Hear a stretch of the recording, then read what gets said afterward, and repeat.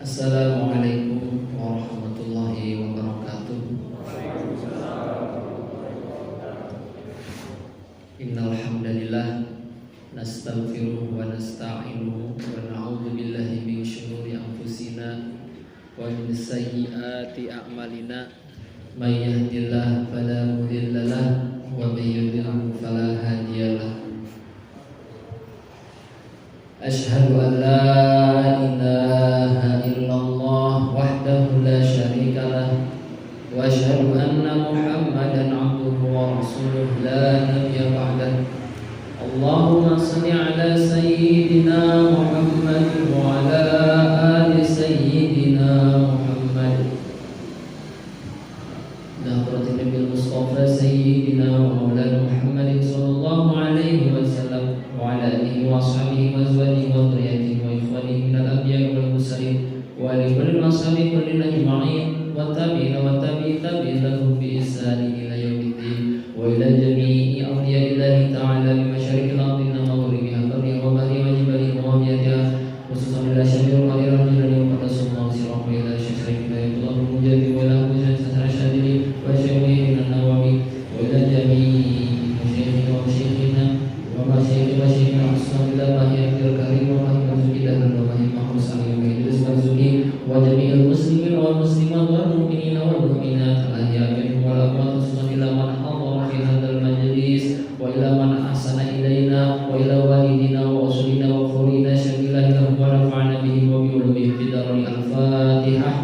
A'udzu billahi minasy syaithanir rajim. Bismillahirrahmanirrahim. Alhamdulillahi rabbil alamin. Arrahmanir rahim. Maliki yaumiddin. Iyyaka na'budu wa iyyaka nasta'in. Ihdinas siratal mustaqim. Siratal ladzina an'amta 'alaihim ghairil maghdubi 'alaihim waladdallin. Alhamdulillah, para bapak ibu, marilah kita panjatkan puja dan syukur kepada Yang Maha Maha Ghafur.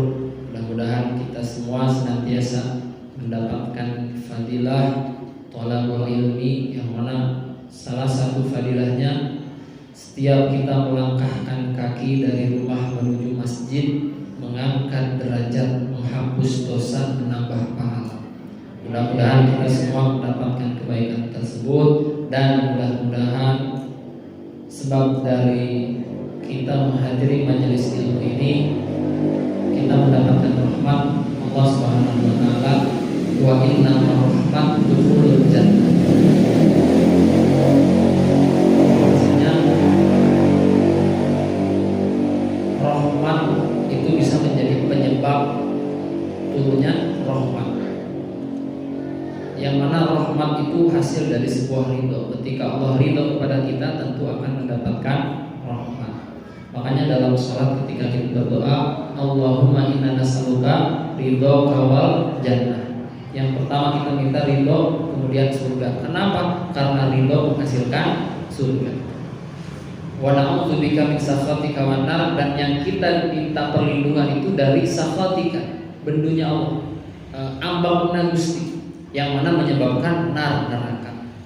Maka niat yang pertama kali kita tuju dari setiap perbuatan ibadah kita adalah untuk menggapai ridho Allah, bukan untuk karena izin atau malu karena tetangga dan lain sebagainya. Dan itu yang paling pertama kenapa harus disinggung dari setiap perbuatan, karena tajdidun niat, memperbarui niat itu sangat diperlukan. Ada kalanya kita sudah terbiasa ibadah namun lupa dari niat awal kita beribadah, sehingga tidak bosan-bosan saya memperbarui niat dan niat. Bisa jadi ibu kesini pada biasa kalau di rumah daripada nonton film India semisal. Atau mungkin kan ibu-ibu kalau di rumah entah itu nanti lagi ngobrol lah atau ngerompi atau gosip dan lain sebagainya, kan daripada itu menikah dia amal gitu. Tapi niatnya kesini daripada, bukan karena mencari doa. Padahal dalam kitab Ta'lim dijelaskan bahwa tujuan pertama kita mencari ilmu adalah nawaitu ta'luman linaili ridhollahi, untuk mendapatkan ridho Allah. Dalam kajian kali ini saya akan sedikit mengulas tentang permasalahan penopang kemaslahatan umat. Karena bagaimanapun umat itu harus maslahat, dan apa saja yang membuat maslahat. Jadi keadaan manusia itu tidak lepas dari yang namanya maslahat dan mafsadat, baik dan buruk. Ibu-ibu dan bapak-bapak semua berpasang-pasangan, matahari dan bulan, siang dan malam. Makanya bagi bapak-bapak mungkin yang belum berpasangan harusnya malu sedikit, karena sendal juga pasangan. Masa kamu enggak kan gitu. Sendalnya berpasangan. Asal ulah teh kenca jeung kenca, katuh jeung katuh, engke kasupna teh golongan LGBT. Naon LGBT teh? Leupeut ge bala-bala tahu. Akhirnya masuk ke kaum Nabi Lut. Nabi Lut itu disiksa, diazab itu gara-gara kayak gitu. Sehingga karena banyak sekali hal-hal yang menyebabkan mafsadat di tengah-tengah masyarakat, baik dari golongan anak-anak kecil, remaja, pemuda, pemudi, bapak-bapak, orang tua, atau anak-anak umur 50 tahun ke atas, atau balita, bapak-bapak lihat wanita kan banyak. Sekarang kan banyak tuh pengennya tuh lagi viral tuh, lihat kinders apa namanya, kinders, lupa lagi saya. Jadi di YouTube itu sekarang lagi viral balita, pengajian untuk anak-anak dan balita. Tapi yang nonton bapak-bapak. Kenapa katanya nonton? Karena saya balita. Apa itu balita? Bapak-bapak lihat wanita. Itu kenapa bisa terjadi demikian? Karena krisisnya moral. Di Indonesia itu terkenal dengan sopan santun. Tapi dalam dunia maya Indonesia itu krisis dalam moral dan akhlak. Kenapa bisa terjadi demikian? Karena penopang maslahatnya umat itu tidak ada. Lantas yang menjadi pertanyaan itu, apa saja penopang kemaslahatan umat? Akhirnya dijelaskan, salah satunya ada 2 hadis sebenarnya. Ada 1 hadis kemudian 1 Al-Quran. Al-Quraisy zaman Kanjeng Nabi itu dulu adalah kaum yang digdaya. Walaupun kenyataannya ada kaum Romawi, kemudian kaum Persia, bola batir Rum kan dijelaskan, itu bakal hancur. Kaum Quraisy itu dulu tanah yang gersang, tapi gara-gara berkahnya doa Nabi Adam, Rabbi ja'al hada baladan aminan warzuq ahlahu minas samarat, kan gitu. Walaupun kenyataannya di Quraisy itu gersang, kan di sini apa alhamdulillahnya tongkat jadi tanaman itu banyak. Di sana nggak ada. Di sana itu susah mau nanam apa-apa. Kalau di sini kan segala ditancapkan jadi leres tuh. Satu hukul anu terjadi nyata malah cangkeng terjadi.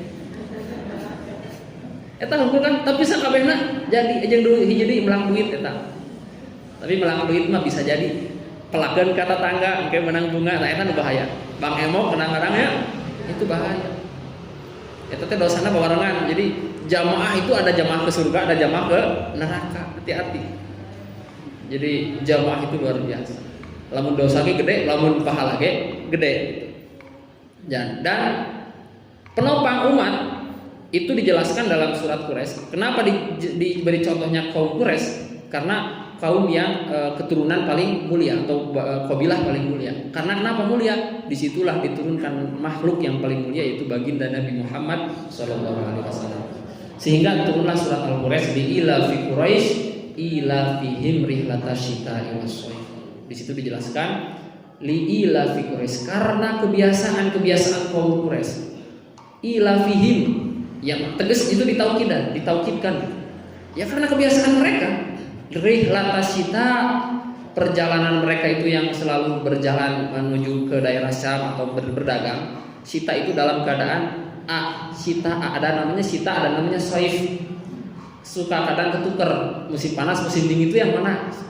Kata guru saya, kalau ada sita berarti itu adem artinya, musim dingin. Wah saif itu F belakangnya saif, panas berarti. Jadi musim dingin, musim panas, orang-orang Quraisy itu sering melakukan perjalanan jarak jauh demi menempuh perjalanan itu untuk apa? Untuk mendapatkan rizki pundi-pundi rupiah. Banyak orang-orang Quraisy itu berangkat, salah satunya Kanjeng Nabi pun dulu pernah kejamanan waktu diajak sama pamannya berupa siapa namanya? Abu Thalib. Kemana? Ke Syam. Terus udah gitu jalan-jalan, alhamdulillah ini salah satu memuliakan ilmu ini Pak. Perlu dipuji, mudah-mudahan beliau ini mendapatkan syafaat ilmu, syafaat Kanjeng Nabi Muhammad SAW. Kenapa saya katakan demikian? Karena kita terkadang tahu bahwa ulama itu mulia, betul nggak Bu? Innallaha yakrimul ulama wal ulama kuramau indallah. Ulama itu dimuliakan, betul Bu? Bukan berarti saya ulama, bukan. Ulama itu umum maknanya. Walaupun cuma sebatas mengajarkan sholat itu ulama. Ulama. Tapi kalau ilmunya tinggi namanya al-allamah. Al-allamah. Beda. Jadi itu mah jalma alim. Jalma alim itu bukan hubungan wae, jalma nanti sedik-sedik alim. Gitunya. Ilmu sedikit, tahu tentang adzan, ulama. Kita muliakan. Jangan lihat usia mah jalmana tukang punta penta, ulah ningali kadinya. Tapi ningali ilmu anu aya tentep di anjeunna. Da Gusti moal pati-pati mere ilmu ka samarang jelma. Lamun Gusti misalkan ayeuna mere ilmu ka hiji jalma, berarti Gusti teh ngamuliakeun eta jalma. Gitu. Walaupun kemarin saya pernah utarakan bahwa al-alim habibullah. Alim habibullah. Orang yang berilmu itu kekasih Allah walaupun fasikan, walaupun orang fasik. Orang fasik itu banyak dosa. Wal jahil aduwah. Orang bodoh itu musuhnya Allah walau kana abidan, walaupun ahli ibadah. Kenapa ahli ibadah tapi kok jadi musuh Allah? Karena ibadahnya bukan bernilai pahala tapi bernilai dosa. Matak sing ati. Saya kembali lagi. Li'ila fi Quraisy. Jadi intinya Allah memuliakan ulama, maka harusnya kita pun sama memuliakan ulama. Ulama itu mana?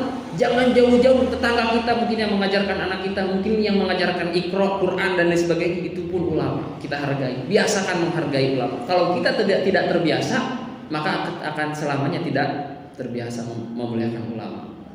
Da urang kadang-kadang memuliakeun teh lain ku ilmuna, tapi ku pamorna kadang-kadang nya terus. Eta, ku pamorna sanajan isina dongeng dan lain sebagainya. Balik lagi, karena kaum Quraisy itu adalah keturunan yang kabilah yang mulia.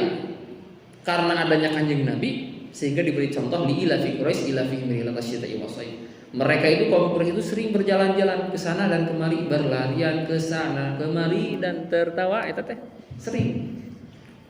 Mencari apa? Rizki. Pak, dan milari rizki teh Pak leres. Sanes mung banting tulang-tulang dibanting-banting ngumpul, tapi nyawa ge taruhan Pak. Bapak ayeuna angkatnya, apalagi kerja yang di kapal pesiar, apalagi yang mencari kepiting Alaska dan lain-lain, itu teh taruhana nyawa. Demi apa? Mencari rezeki. Jauh-jauh ngirim sayuran dari Garut ke Bandung, bisa jadi kan di tengah jalan kecelakaan. Semua itu resikonya gede Pak mencari rezeki teh. Tapi mereka luar biasa menerjang itu semua. Punten, bapaknya baginda Nabi Muhammad SAW itu ketika sakit, beliau itu di Madinah itu dalam keadaan mencari rezeki. Jadi benar mencari rezeki itu luar biasa. Sehingga disinggung oleh Allah, "Falyabudu rabb hadzal bait." Maka sembahlah rabb hadzal bait. Siapa itu rabb hadzal bait? Rabb itu pemilik. Pemilik hadza itu ini. Al bait itu maksudnya Baitullah. Maka sembahlah pemilik Baitullah ini. Sembah. Falyabudu rabb hadzal bait. Alladzi at'amahum min ju'in. Kalau enggak pakai wasal. Yang mana rabb hadzal bait, pemilik Baitullah ini adalah alladzi at'amahum, yang memberi mereka makan, kaum Quraisy makan.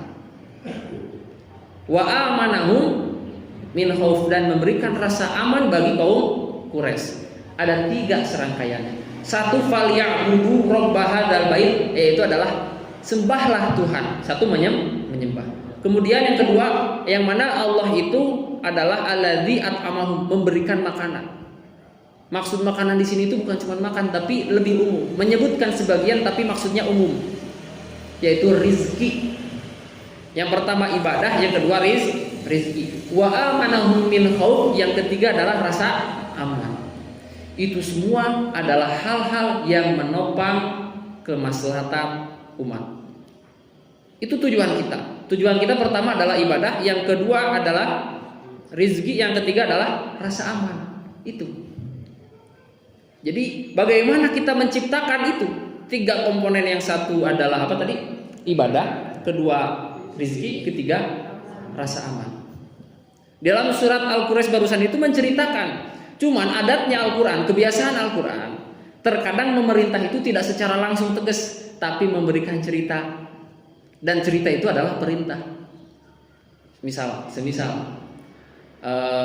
alhamdulillah semisal itu abi mah mun ngaos sok dipasihan cai bodas misalnya.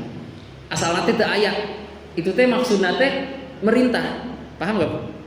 Alhamdulillah abi mah mun ngaos di ditu teh sok aya jengkol misalkan di ibu sama teh. Bu ade sok aya jengkol di dieu mah teu eta teh sebenarnya mah merintah. Tapi da henteu maksud itu mah contoh mah. Teu kudu aya jengkol di dieu, kira kudu masih tuang jengkol. Jadi adatnya Al-Quran, kebiasaan Al-Quran itu adalah menceritakan yang maksudnya adalah perintah, dan itu lebih halus. Makanya afala ta'qilun, nah anjeun mikir apa henteu kitu unggul bedana.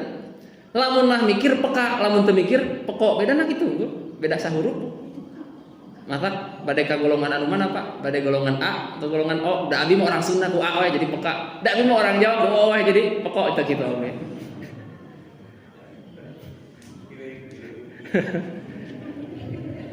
Apa orang Jakarta jadi peke dan teu oge tengeunana. Nah memang perbedaan itu adalah rahmat juga nya. Orang Sunda jeung orang Jawa itu banyak tragedi-tragedina. Kemarin itu seperti orang Jawa orang Sunda sama orang Jakarta itu kadang-kadang gara-gara bahasa pas ya. Aya bangkong, eta bangkong, eta kodok. Cek orang Sunda mah eta bangkong, cek orang Jakarta eta kodok cenah. Cek orang Sunda teh mung teuing aing ngodokan kitu. Dan itu sering sekali miskomunikasi, makanya kita harus menguasai bahasa. Bahasa itu banyak, ada bahasa secara jelas, ada bahasa kinayah atau nama lain sindiran. Ada bahasa kinayah, ada bahasa sindiran. Alhamdulillah Mama Indah rajin ya, malam Sabtu dongkap, malam Kamis dongkap. Mama indah sekali alam dunia ini. Kehadiran Mama Indah itu begitu indah. Itu jadi perbedaan bahasa, dan begitu pula kita cacak-cacak bahasa Sunda jeung Indonesia itu bisa jadi masalah memahaminya, apalagi Al-Qur'an. Apalagi Al-Qur'an itu sastranya tingkat tinggi, Ibu. Sehingga kita itu kadang-kadang enggak peka. Di Al-Qur'an diceritakan bahwa Allah lah yang memberikan ibadah ke Allah, Allah lah yang memberikan makan, dan Allah yang memberikan aman. Kan tadi gitu, makan dan aman. Kita kan cuma paham kalau misalkan tanpa tafsir mungkin, oh jadi inti nama Allah gitu. Kabeh Allah. Kita kan nggak sadar apa yang dimaksud daripada makna tersirat. Jadi makna itu ada dua Pak. Kalau dalam ilmu mantik itu ada namanya dilalah lazim. Gini, ketika misalkan saya lagi di rumah kosong, kemudian ada suara au gitu. Kira-kira kita dapat ilmu apa? Dapat arti apa, makna apa? Satu, menunjukkan bahwa ada suara, betul gak Pak? Dan tidak mungkin ada suara kecuali ada orang, betul gak? Ada dua berarti ilmunya. Cuman kan kita menganggapnya cuma suara, gitu. Misalkan lamun misalkan abi jalan-jalan ke hutan, terus ujug-ujug manggihan HP, kira-kira apa yang kita bisa ambil ilmunya? Ada orang di hutan ini, betul gak? Walaupun kita cuma lihat HP, dan itu namanya makna tersirat. Dan Al-Quran itu sejatinya yang luas itu bukan makna lafadznya, tapi makna tersiratnya. Makanya Al-Quran disebut fleksibel, mengikuti zaman, karena banyak multi tafsirnya. Sehingga kadang-kadang Al-Quran cuma segini tapi tafsirnya sampai segini, beda-beda. Dan itu semua tafsir dipengaruhi oleh latar belakang. Cek tukang dokter mah tafsirnya tengke jadi tafsir kedokteran. Cek tukang sains ilmu IPA mungkin nanti diartikan itu teori tentang IPA di Al-Quran tafsirnya itu. Menurut tukang hutang-hutangan gitu tentang hutang-hutangan. Anu sok utang gitu tafsir nanti kumaha cara hutang. Anu cek udud nama gitu ditafsir nanti ku udud warkau. Yang saja bina. Gitu. Dan itu bahasa yang sastra sangat tinggi. Sehingga Sayyidina Umar itu masuk Islam itu gara-gara surat Toha. Karena beliau itu adalah juri syair. Akhirnya beliau itu masuk Islam gara-gara betapa indahnya bahasa ini dan sulit dimengerti bagi orang awam. Ibu-ibu mungkin sekarang cuma bacanya kan alif lam mim bari di tengah-tengah ngarenghap heula. Maca nanti bari ngarenghap di tengah-tengah di mana we kaca kadut. Panjang pendek tadi perhatikeun, nu penting mah nu carogena para raja. Kan gitu. Sedangkan Al-Quran itu sastra sangat tinggi, sehingga perlu penopang ilmu. Kita kembali lagi, apa tadi penopang, tujuan kita menyembah, at'amahum rizki dan amanahum rasa aman. Disitulah peran antara siapa orang yang bisa mengajak menyembah kepada Allah dengan cara yang benar, yaitu adalah ulama. Yang paling penting itu adalah ulama. Falyabudu rabb hadzal bait. Tidak mungkin misalkan tukang ojek orang ibadah, kan nggak mungkin. Atau misalkan tukang angkot, ras terkuat di muka bumi kan tukang angkot, kecuali anu sok ngaraji.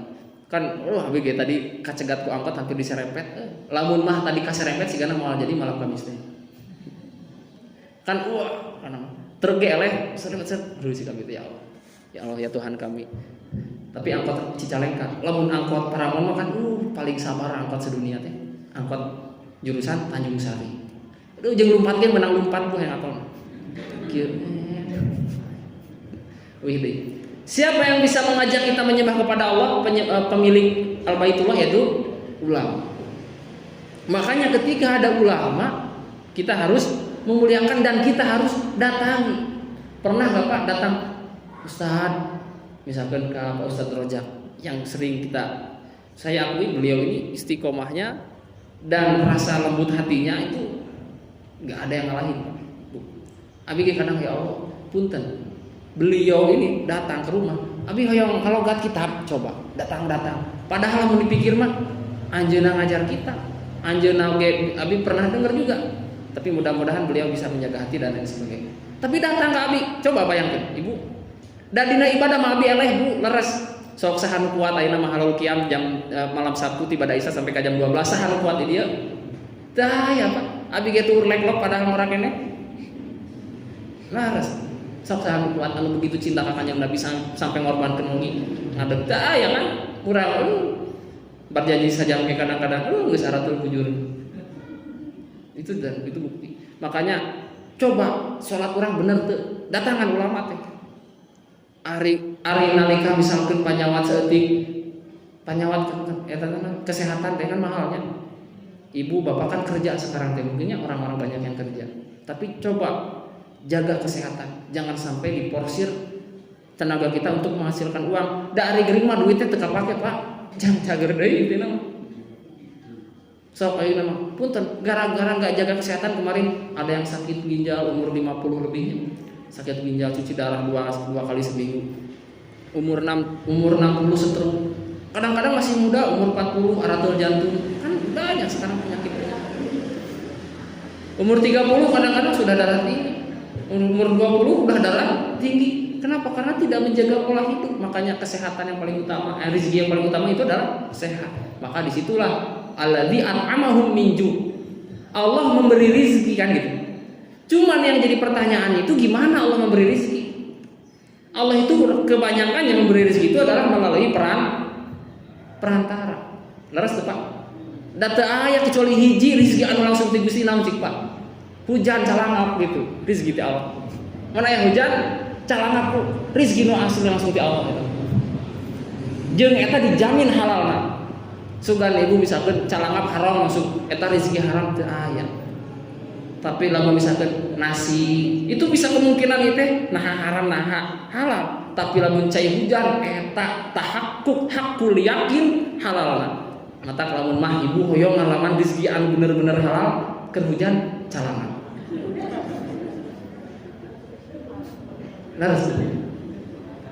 Dan rezeki kebanyakannya melalui naon perantara. Makanya di situ disebutkan walaupun alladzi at'amahum min ju'. Walaupun Allah yang memberikan rezeki tapi sejatinya yang menjalankan itu adalah manusia. Ayeuna kita kerja di pabrik, kerja di tetangga atau kerja di manapun kita kerja. Sejatinya kita mendapatkan rezeki itu untuk ujung-ujung di langit, laras Pak. Tapi dari gaji. Kan jadi terima gaji. Hatur nuhun terima gaji. Dan itu semua melalui perantara. Makanya di situ sebenarnya kita dijelaskan lagi dalam sebuah hadis, man lam yaskurin nas lam yaskurillah. Sing saha jalma anu teu bisa syukur ka pada manusia, maka teu disebut syukur ka pangeran, maka teu bisa syukur ka pangeran.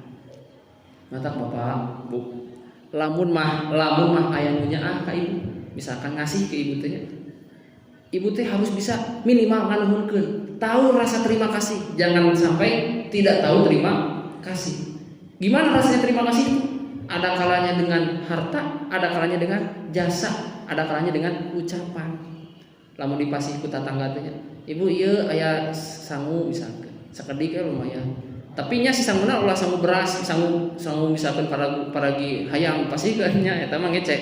Sangu misalkan ieu sae sangu. Tah, anu ditampi anu nampi na kumaha? Hatur nuhunnya minimal urang kaciri ku batuk teh urang teh siga nu nampi pisan. Walaupun urang tersep-sep teh da seueur kieu sangu mah.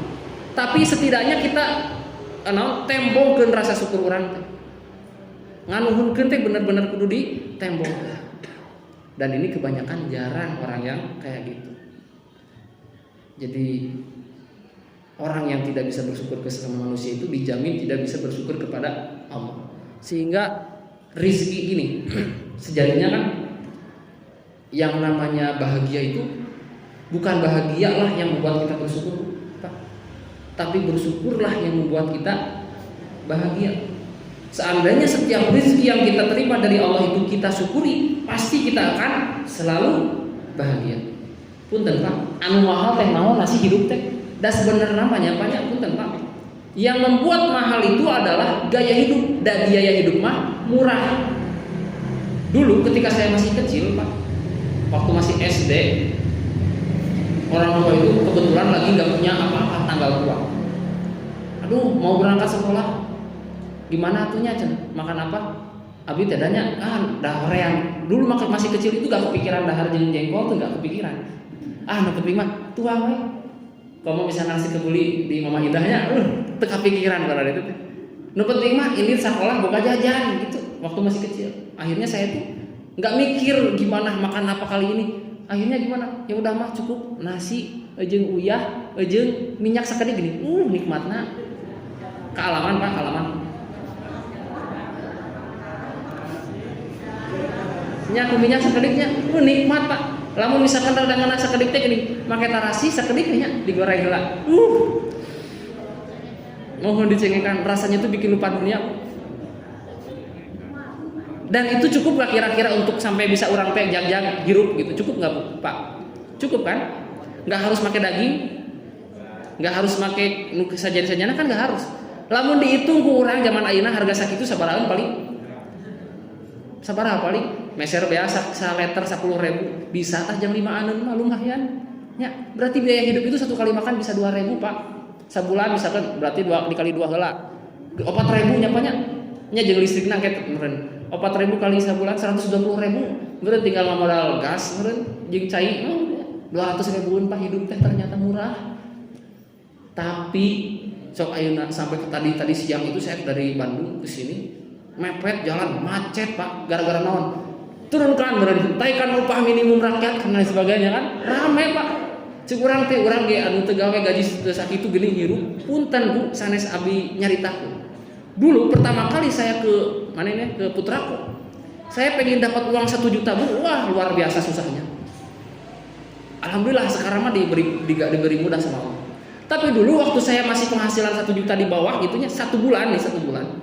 Saya punya anak dan saya punya istri, hidup Bu dan punya utang. Hidup.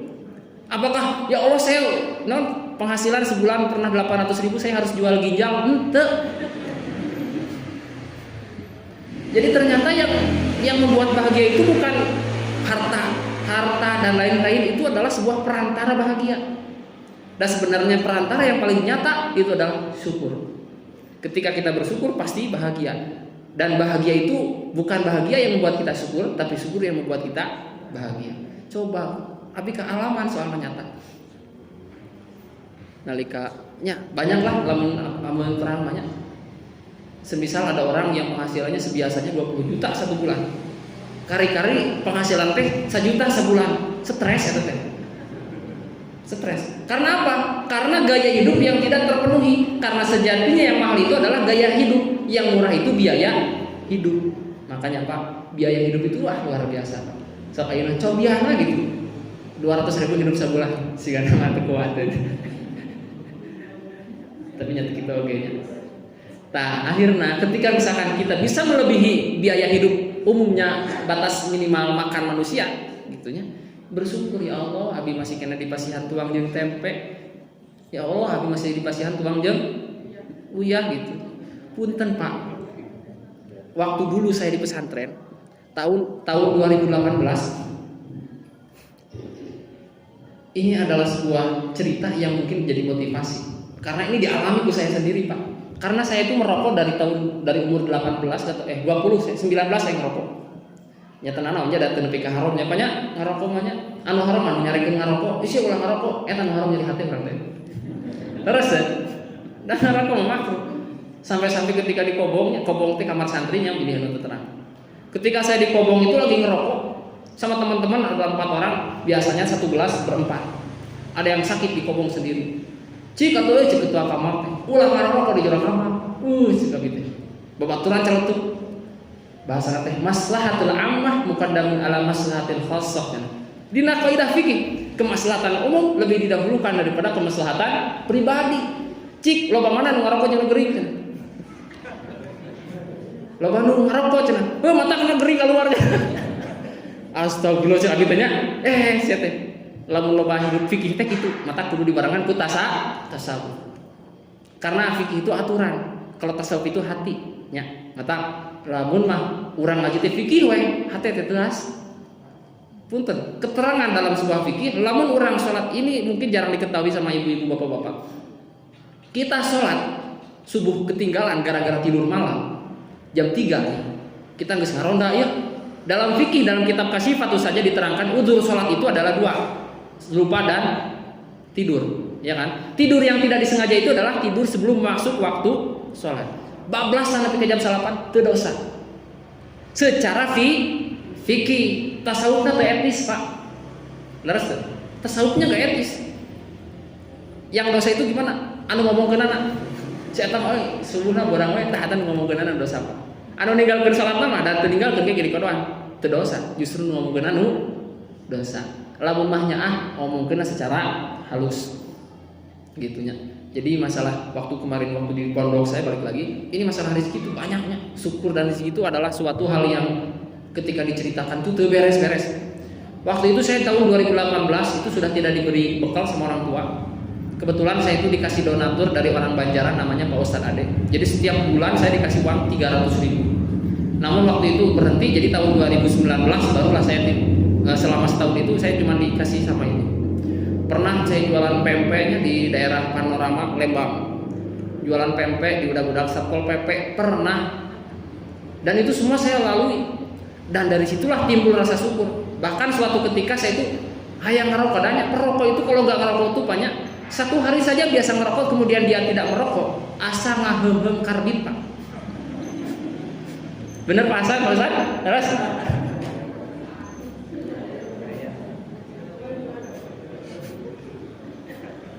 suatu ketika karena nggak punya uang, saya itu sama Ustadz Lukman. Ibu, Pak Ba tahu Ustadz Lukman yang di Sunan Ampel?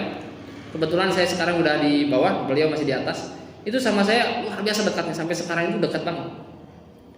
Jadi saya nyari uang 100.000 di pesantren. Mungkin bagi ibu 100.000 itu kecil ya. Dulu saya di pesantren 100.000 itu untuk biaya hidup 1 bulan. 100.000 iuran, beli kos namanya itunya. Jadi beli kartu, kartu itu 1 kali makan. Harganya 210.000. Kebetulan Ustaz Lukman masih dikirim, saya udah nggak dikirim. Cika binte, man ayo orang tua, ayo tuang naon, ayo orang tuang, iya weh orang ngumpulkan duit sabaraheun 100.000 awal. Da atuh tuangna di 210 sasasi, tuang 2 kali. Abi teu gaduh hartos deui 10.000. Bari abi teh nya dulu dapat uang segitu teh hasil mencetan, Bu. Pak. Terus kalau misalkan di Lirboy itu, kalau baca kitab sama orang lain itu dikasih rokok. Jadi saya jual rokoknya teh, Pak. Laras. Jadi penghasilan saya itu dari menjual rokok. Terus ketika misalkan saya nggak punya uang, kitabnya dijual, harganya 350 waktu itu. Jadi saya sering jual beli kitab. Beli kitab bukan duit dibere ke orang tua santri, teu boga duit jual deui, payu deh gitu. Tapi semua itu ya Allah Saya ingat bahasa Imam Al-Ghazali, bahasanya al ilmu fi sudur la fi sudur. Ilmu itu dalam hati, bukan dalam tulisan. Jadi ya Allah, pernah saya lompat, ya Allah itu kitab teh menang hasil 3 tahun ngalokan, tapi kudu dijual. Bahaya daripada tetamat jadi boyok, jual. Dan saya ketika pengen makan, nggak punya uang, itu nunggu jam 9 sama jam 4 sore sama jam 9 malam. Setiap anak-anak santri mau keluar, teng gitu kan. Itu kalau lagi makan, kalau udah teng itu ya udah berhenti sekolah, kecuali orang-orang yang sekolahnya malam. Dan saya biasanya nunggu di situ. Nunggu ada yang sisa. Wah, luar biasa. Dikumpulin sama saya. Yang masih bagus-bagus, jadilah akhirnya nasi pilihan. Dipilih heula sisa anu layak pakai makan. Apakah saya malu? Banyak yang kayak gitu teh. Karena demi apa? Demi ilmu. Alam urang peurih bakal peurah saya ke alam. Hayang rokok yang di situ tanya Pak. Abi teh datang, saya kasih sisi jalan ke tangga ke mana. Itu biasanya kalau anak-anak lagi teng gitu kan, itu rokoknya dibuang di mana wae. Ada yang masih setengahnya, ada yang udah habis, ada yang udah sedikit lagi. Itu dibuang sisi jalan. Wah, langsung di situ saya mencari nafkah. Langsungnya abi teh nyari rokok teh. Ketika menemukan rokok kretek itu seperti menemukan emas berlian. Kenapa? Karena bisa pungsek, dipuntung, dipusek. Puntung nanti dipesek, dikumpulkan dalam suatu wadah namanya kaleng surya gitu ya. Kumpulin gitu. Si ujung nanti anu bekas kaduruk nanti dipiceun heula, piceun. Indah. Jadi modal hidup cuma 100.000 di pesantren. Percaya. Udah gitu tehnya saya teh buka. Dikumpulin jadi satu, jadi kaleng. Geus itu teh Pak, abi teh gaduh artos 500 peserkeun pahpir, zaman kapungkul mah 300-an keneh. Jadi 1.000 peserkeun pahpir. Indah banget hidup teh. Apakah saya ya Allah saya geus teu betah hayang gawe? Henteu da karena apal ilmu teh mahal. Kajian teuing abdi hina karena santri itu hina ketika mencari, mulia ketika dicari. Dan alhamdulillah saya ketika jualan sisi jalannya betapa hinanya. Geus ngalaman kabeh ge. Alhamdulillah ayeuna ngisi pangajian di Rancaekek, di Pasir Nanjung, di Cimanggung, di Rancaekek, di Nagreg, di Cicalengka, di mana-mana ngisi pengajian. Alhamdulillah sugan abi gawe henteu, sugan jual ginjal henteu gitu nya. Alhamdulillah. Ujug-ujug tamu enjing-enjing kenehnya abi teh ngaseukeun malirin assalamualaikum beres ngaji. Ujug-ujug aya tamu masihan, ieu abi teh hatur nuhun, aya nu masihan sarung jeung itu. Di mana? Da baheula masukan aya nu masihan sarung, baheula mah sarung butut ge di paburu-buru atuh. Sarung ti pamarentah anu hargana teh 20 ribuan, paragi lap dipake baheula paburu-buru. Ayeuna mah dararatan sorangan. Terus deui Pak, Bu. Saparantosna kitu, ini kenikmatan indahnya di pesantren. Ketika saya sudah ngumpulin modal pahpir sama babaturan, hayu orang ngopi, cek babaturan kumaha, hayu sok abi ngamodal bako, anjeun ngamodal kopi, gratis kan abi kopina barang, hayu cenah ieu ngabako, cek babaturan teh, aduh ya Allah ieu bako meninggalna, nya atuh da bako pilihan, di mana cenah meserna, ieu mah atuh hasil pelaksanaan, indah Pak. Dan semua itu mengajarkan kita arti rasa syukur. Kalau kita sudah bisa menerima keadaan, kita bisa akan bersyukur. Karena di Al-Quran dijelaskan, wa innahu agna wa aqna. Sesungguhnya Allah yang memberikan kaya dan memberikan kecukupan, tidak menjadikan miskin. Gitu. Apa itu miskin? Miskin itu tidak mampu yang mana nisbatnya di kurang sorangan, serasa orang tidak mampu. Kalau kita walaupun keadaan bagaimanapun merasa cukup, itu tidak akan pernah merasa miskin. Tapi kenyataannya kita itu walaupun punya rumah, walaupun punya motor, kita merasa miskin. Apalagi ketika usum zakat, ya Pak, kalau Ustaz Ujang leres. Usum zakat itu banyak yang daftar jadi miskin semua. Kenapa? Karena merasa. Jadi sesungguhnya miskin dan kaya itu hanya perasaan, ya Bu. Dan Allah itu menciptakan kaya dan cukup. Makanya kalau kita menikmati hidup, rizki yang ada, kita bahagia. Jangan lihat orang punya mobil, punya kendaraan mewah, baca koran di luar rumah, misalkannya di atap, bahagia. Nggak mesti, kadang-kadang orang-orang kayak gitu tuh bingungnya, maca koran panon mah maca, otak mah mikiran utang. Bener Pak. Daerah Cicalengka itu ada, dia itu konveksinya maju, dan di tengah-tengah masyarakat itu karena status sosialnya sudah tinggi, jadi menjaga status sosialnya itu luar biasa. Sampai-sampai punya mobil dan lain sebagainya. Hidupnya itu dulu mewah, sekarang kan konveksi sudah agak turun ya Bu. Konveksi. tapi hidupnya dipaksakan mewah. Ternyata kelihatan kita mewah ketika saya tahu diceritakan, wah, mobil masih utang cicilan. Rumah ternyata yang mewah itu juga minjem ke bank. Dulu dipinjemin sama bos kain itu, pinjemin, sekarang suruh bayarnya. Dan itu banyak Pak, ternyata yang kelihatan kita menurut kita mewah belum tentu bahagia seperti kita. Dahar sang ujung kuyang. Kamu Pak Ustadz Hasan luar biasa bahagianya. Datang tunjung rokok nanti velg non, Lois gini, wah bahagianya. Ini seperti Pak Ngabul aja Pak Ustadz Hasan. Can tentu batur gitu. Nya Pak Ustadz terus bahagianya Pak Ustadz bahagia tapi katinggal lagi nih sanajan sepuh. Awakna kan seger. Leres tuh. Entah seger.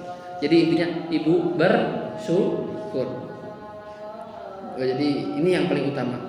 Apa yang kita miliki harus bersyukur. Kalau kita mengejar rezeki tidak akan ada habisnya. Kemarin mungkin pelajaran sama Ustaz Diana ya, itu kan al-hakumut takasur kan. Hatta zurtumul maqabir, itu menjelaskan al-hakumut takasur. Kumpulkan harta terus. Sampai hatta zurtumul maqabir, sampai kau mendatangi kuburan, kan enggak akan habisnya. Maka pupuk diri kita itu dengan rasa syukur. Agar apa? Kita hidup bahagia. Dan jangan lupa beribadah dan disertai dengan ilmu. Dan yang terakhir, wa amanahum min khauf. Artinya adalah Allah itu tidak langsung aman-aman begitu. Semua itu ada tugas-tugasnya. Aman orang tina gunung, aman tina longsor, ti saha? Ti malaikat anu diperintah ku Gusti nu ngajaga anak. Aman tina serangan-serangan ti saha? Karena negara kita aman.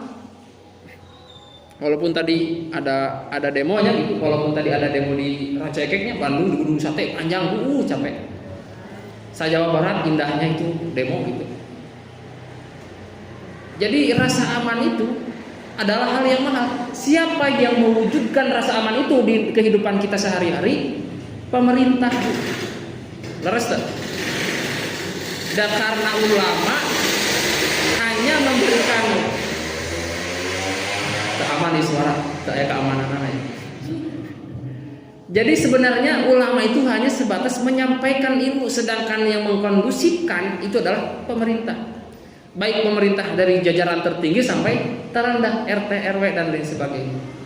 Jadi intinya, kesimpulannya pada kajian malam Kamis ini, kemaslahatan umat itu intinya kita bagaimana mewujudkan orang-orang menyembah Allah.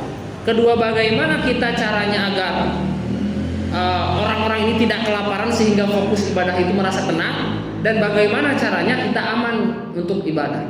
Dari Palestina ada ibadah bari senam jantung Pak. Allahu Akbar teh senam jantung unggal poe.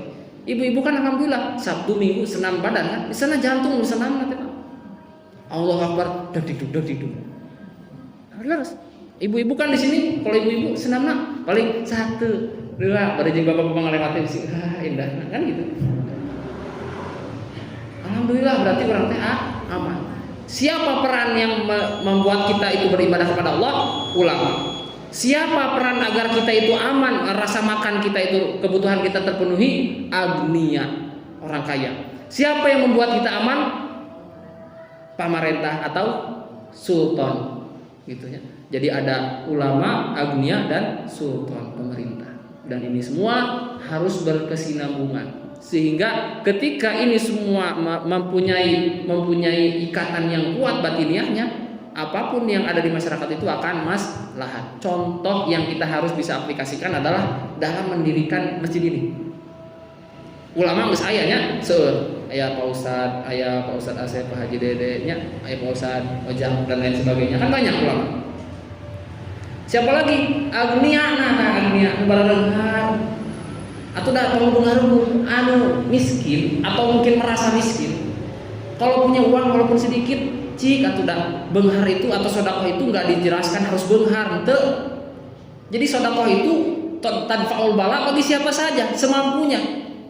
Ittaqin misalnya ittaqun nar walau bisyikit tamrah. Jagalah dirimu dari neraka walaupun sebiji kurma. Kan di situ dijelaskan sedekah itu nggak harus juta-juta. Tapi sedikit saja itu bisa jadi sedekah. Tapi ada abi mah tegaduh hartos mah atuh minimal tanaga, abi ge tanaga mah atuh leuleus liat misalkan. Atuh minimal doa. Atuh da abdi mah doa gitu bisa, atuh minimal cariosan ieu digunakeun ka jalma nu beunghar. Yeuh atuh beunghar teh koret-koret teuing tah masjid teh. Kan urang teh sanajan teu boga duit minimal mah modal lambe gitu kan. Akhirna anu diomongan gitu teh nya jalma beunghar itu orang kaya ada kalanya bisa beunang hate teh ku ajengan, aya kalana ku dulur. Tah anu boga dulur beunghar teh kaleketek tapi tong pika kaleketek pae sedikit. Sedikit. Tah eta masjid. Jangan gak usah banyak-banyak, syukur-syukur kalau banyak. Punya sedikit kita sedekahkan. Diniatkan. Mudah-mudahan amal ibadah ini menjadi amal ibadah yang jariyah. Gitu. Terus satu lagi Pak, amal ibadah itu bisa rusak dengan apa? Sum'ah dan riya. Jangan sampai kita ingin didengar, jangan sampai kita ingin dilihat. Kalau kita sudah bisa menjaga, silahkan tampilkan nama kita. Misalkan sedekah 2 juta dari misalkan Stephen gitu. Terserah itu. Sedekah 3 juta dari misalkan Pak Ustadz Rojak, itu terserah. Kalau bisa menjaga hati. Tapi kalau tidak bisa menjaga hati, udah namakan Abdullah gitu aja. Hamba Allah, udah. Kalau bisa silahkan. Karena apa? Urang teh capek neangan duit 1 juta, 2 juta disedekahkeun. Kari-kari teu diganjar kan lebar gitu. Laras teh. Mata hati jaga. Terus yang ketiga tadi itu adalah pemerintah. Pemerintah daerah setempat kalau bisa adanya kumpulan dan lain sebagainya. Bagaimana? Tapi saya dengar sudahnya ada canceling RT dan lain sebagainya. Itu semua untuk menopang ini agar segera jadi. Syukur-syukur sebelum puasa ini jadinya banyak. Amin. Dan saya pun berharap demikian karena ini termasuknya adalah sentral. Bagaimanapun mesti di sentral ini Pak. Jadi dan mudah-mudahan masjid ini harta kita menjadi harta yang bermanfaat. Dan haritos dikubur mah ibu, itu bisa dinambahan amal ibadah itu. Kecuali 3 perkara hanya, salah satunya sedekah jariyah. Ulama itu sepakat bahwa sedekah jariyah itu adalah wakaf. Selain itu ada penilaian. Sedekah jariyah itu bukan hibah, bukan Pak. Sedekah jariyah itu bukan ngasih ke tetangga, bukan. Kalau itu hilaf. Tapi yang disepakati para ulama yang dinamakan sedekah jariyah itu cuma satu, yaitu adalah wakaf Pak. Jadi ya sedikit tapi berarti. Karena kalau sudah di alam kubur kita tidak bisa lagi beramal. Kecuali 3. Jadi lamun Bapak, abi mah dengan sakur gede semen, wakaf pun semen kan. Kalau misalkan sudah berkalang tanah, Bapak Ibu dapat pahala. Kalau nggak percaya, silakan duluan. Nanti saya doakan sampai pahala teh. Bisa pun abi mah percaya amal ibadah teh bisa nepi geus mau. Silakan duluan. Saya nanti yang mimpi tahlil gak usah ngasih apa-apa. Saya doakan supaya percaya. Ya, terus. Ya, tadi ngan bisa jadi saksi gua jadi tadi dulu. Jadi gitunya Pak. Kesimpulan terakhir sebelum saya tutup bahwa antara ulama, agniya, ulama itu buka ilmu, agniya itu orang punya harta, dan pemerintah itu harus sauyunan untuk mencapai suatu tujuan bersama. Coba kita mungkin ini himbauan dari saya, karena kalau saya dulu bukan siapa-siapa. Himbauan dari saya bagi jemaah di sini mungkin yang tidak punya uang, punya saudara yang kaya raya. Kemarin itu juga termasuknya saya luar biasa. Ada orang yang nyari tadi, Pak. Jadi intinya gitu Pak. Himbauan saya, punya saudara, punya anak, punya siapa, ajak saudara. Karena mereka itu kadang-kadang punya harta tapi nggak punya pikiran ke situ Pak. Benar. Makanya kita sebagai saudaranya, kalau kita sayang sama saudara, kita ajak saudara. Walaupun cuma 50.000, walaupun cuma semen 1 sak, Allah itu nggak memandang besar kecilnya. Karena dijelaskan dalam hadis, ittaqunnar walau bisiqi tamrah. Jauhi neraka walaupun dengan sebiji kurma. Jadi misal sebiji kurma zaman ini mah sabiji permen berarti ibu meser ke warung didinya teh mah siska bisa datang terujung ka dia, Pak sedekah permen. Leuheun teu nanaon eta teh, cuma nanaonan gitu. Sakitu magitunya mudah-mudahan manfaat di dunia wal akhirah. Tur biasa meresep ke dalam hati kesimpulan urang kudu loba syukur, urang tugasna masing-masing, ulama tugasna naon, jalur Tuhan tugasna naon, pemerintah tugasna naon, punya tugas masing-masing. Dan yang paling terpenting semua, jadilah orang yang selalu bersyukur. Allahumma ja'alna ibadan syakura. Ya Allah, mudah-mudahan kita semua dijadikan hamba-hamba yang bersyukur. Wabillahi taufiq wal hidayah wa ridwan hidayah wa afu minkum. Assalamualaikum warahmatullahi wabarakatuh.